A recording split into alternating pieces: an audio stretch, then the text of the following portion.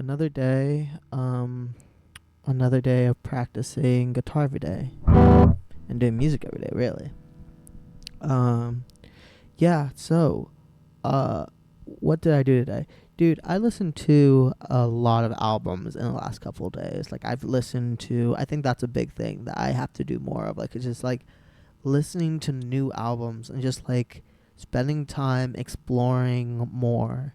And I've been like just really exploring like 90s hip hop, like Tribe Called Quest, Low End Theory. I never really got to like Tribe Called Quest before. Like, to date myself, like they they ended before I was even born. Like, I wasn't even alive when Tribe Called Quest was a thing, right? So, I wasn't. I need to like learn, um, and understand what they were doing there. And I think yesterday I was really doom and gloom. I'm still doom and gloom. I wrote a whole song about it today.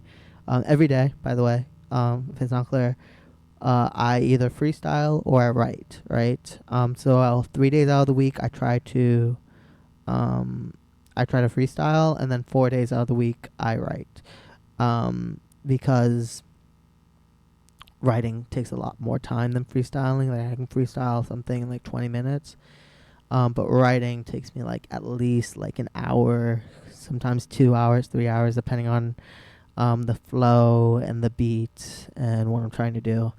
But that's what I did today, and I even wrote like a whole song about this thing I'm feeling now, which is like the misogyny in hip hop is like, I think, systematic. Like, I think that it comes from um you need to appeal to a broad audience, and how do you get, and you also need money, right? And the groups that have the most money are men, um specifically like white men, right? That's who has the most money in this world.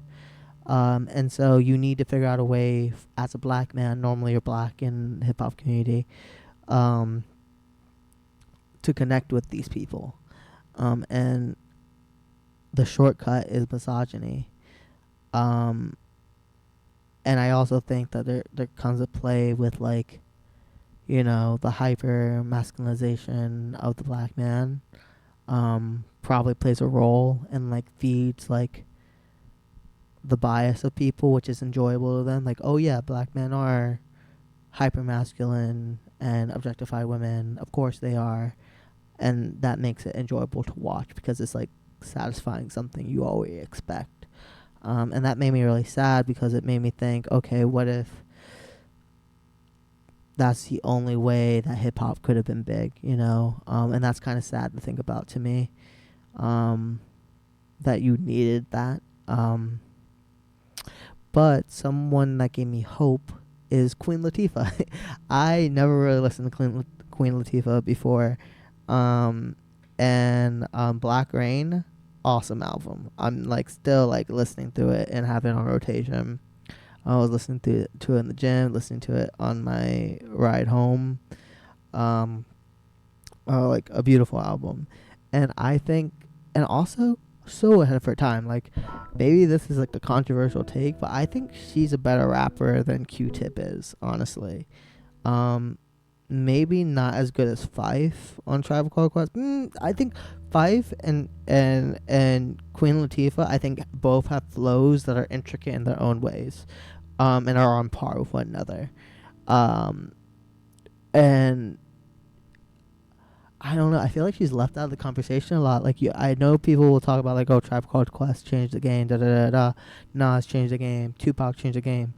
Queen Latifah was ahead of her time, flow wise. Like, you listen to these like old '90s rappers, 1 2 3 4, 1 2 3 4, boom bada bing, da doom ba dum ba boom ba dum. Focus, locus. I got the mocus. Let's go get the flow. Let's get hocus. Like, very like simple rhyme schemes. But Queen Latifah was like doing some shit that like was hard is hard to do, like, even if like especially if you don't have anyone to like model after. And so that's great. And also she was like preaching like a feminist message, which I think is why she didn't become as popular um as other people, even though her skills, oh my god, she's so good. She's like crazy good. Yeah, and so um yeah, like I don't think she's like a very underrated MC, I think. Um but she gives me hope. Like, despite, her being like pushed to the sidelines because, she can't sell like the men can, because she can't, she not only does she refuse to participate in the misogyny, she actively fights against it, right? With like songs like Unity, Who You're Calling a Bitch, talking about like sexual assault, talking about like um what she wants out of a man, and even like pushing back against harmful like stereotypes that hurt men. Like I think a lot of times we talk about the hate patriarchy and we talk about, oh my god, this is something that hurts women. It does. It hurts women a lot, but it also hurts men a lot too. And she notes that in her album. Like, I think one thing is like men feel like they have to like posture so much and like make all this money just to be desirable, right? Like, that there's like this dual thing that happens. Oh, maybe it's capitalism, maybe it's something else, but like it's a dual thing of like you don't have worth as a man unless you have money. You don't have money, get out of here. You're not worth anybody's time. No one's gonna want you. And she goes, no, I don't. That's not true. I just want to know who you are. You don't have to be Superman. You can talk to me. Like I think that messaging is so healthy to heal like this broken like masculinity, toxic masculinity that's really taking hold in like the US right now, partly because fascism is on the rise, right? Um and yeah, like Queen Latifah, she gives me hope, man. Like that really brightened my day when I was like listening to that album.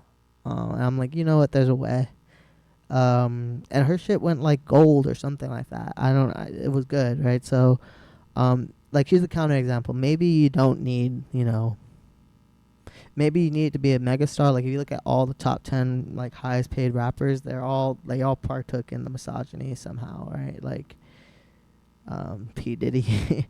But like also you got like Dr. Dre, he was in NWA. You got Snoop Dogg, you got like Lil Wayne, like all of them, and even the women, like I think they participated in objectification as well by like objectifying themselves and over sexualizing themselves, like LL Cool J also did this, right? Like he like made himself very sexual. 50 Cent too, in like a masculine way, but like I think that so did like Little Kim and Nicki Minaj, and I think you have all the liberty to sexualize yourself if you want to, right? I just think that when it's the only thing that that sells, that's what becomes a little harmful, right? Because that was the only like most of the female rappers, in 2000s, you don't have, I mean, I'm trying to think of somebody. Maybe there were a few that didn't, but I don't think they're not like Little Kim or even Nicki, and so yeah, that's what I was saying. I think that like there's hope today with like people like Samara Sin and yeah, but that's what I was feeling today.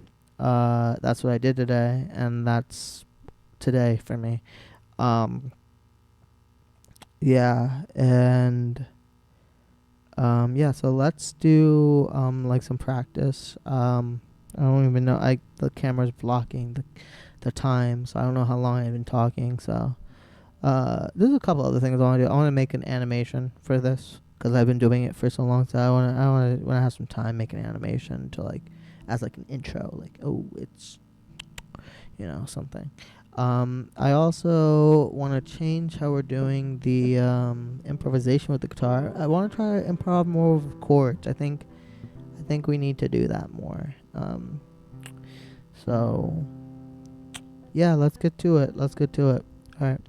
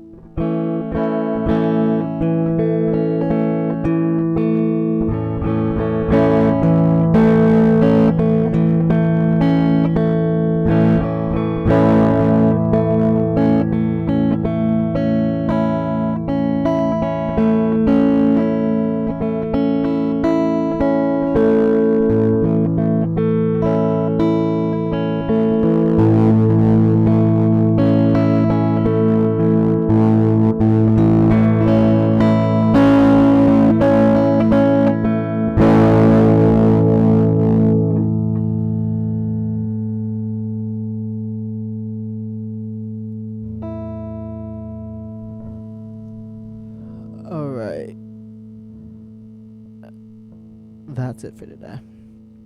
Um, yeah. Hopefully that wasn't too loud. It sounded loud on my end, but I feel like my guitar playing is always too soft. So hopefully that was a little bit better. I like the improvising with chords today. We'll do that a lot more. I think in the next coming week, because we can do,